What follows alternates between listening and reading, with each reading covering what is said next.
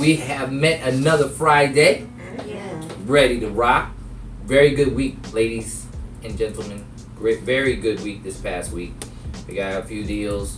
One person came in, and the other two came over the websites, the webinars.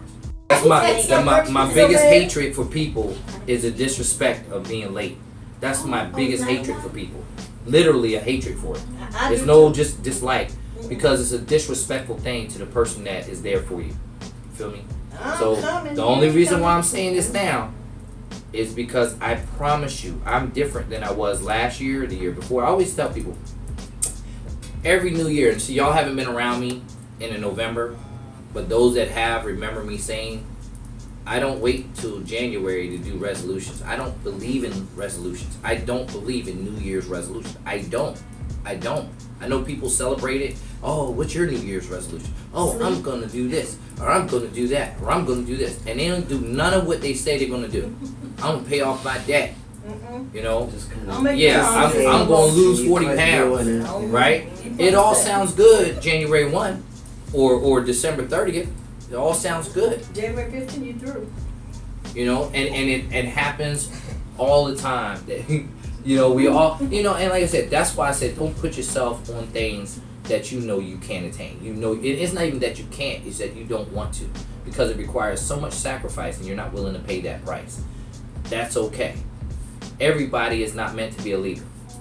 Seriously, I hate to say it like that, but it's a true statement. Now, it's not my choice to say who is a leader and who's a follower, but I will say you don't have a room full of all leaders. Even in a room full of leaders, there are leaders above the other leaders. There are always followers.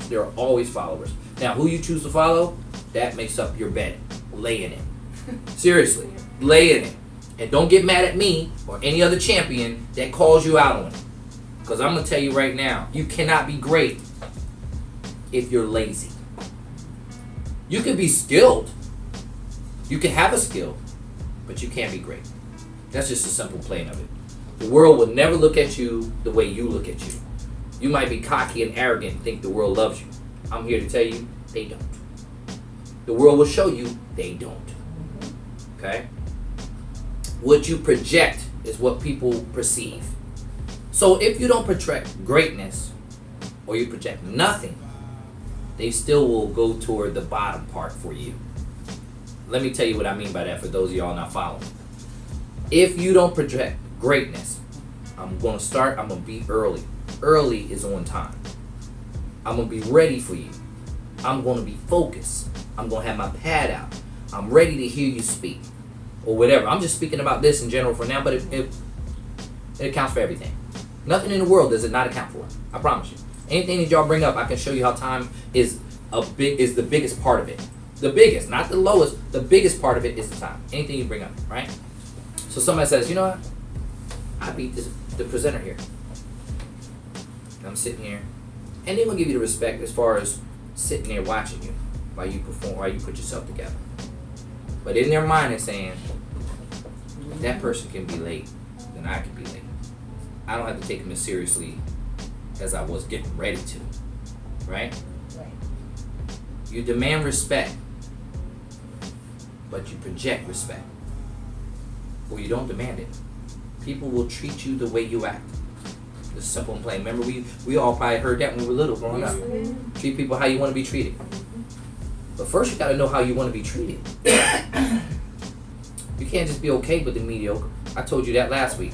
Don't be okay with being mediocre, because that sucks. And any individual that's mediocre, I don't care what the age is. Like I said earlier, I don't care.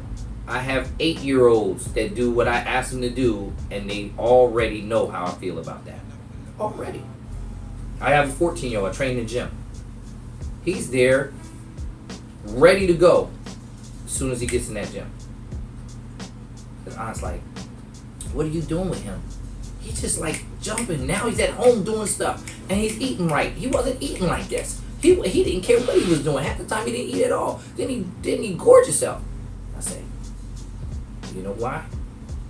Because he's learning a regimen. He's learning discipline. See, when I go in that gym, I don't just pick the weights up. I don't just put the weights up. I speak to them. I tell them why we're doing this.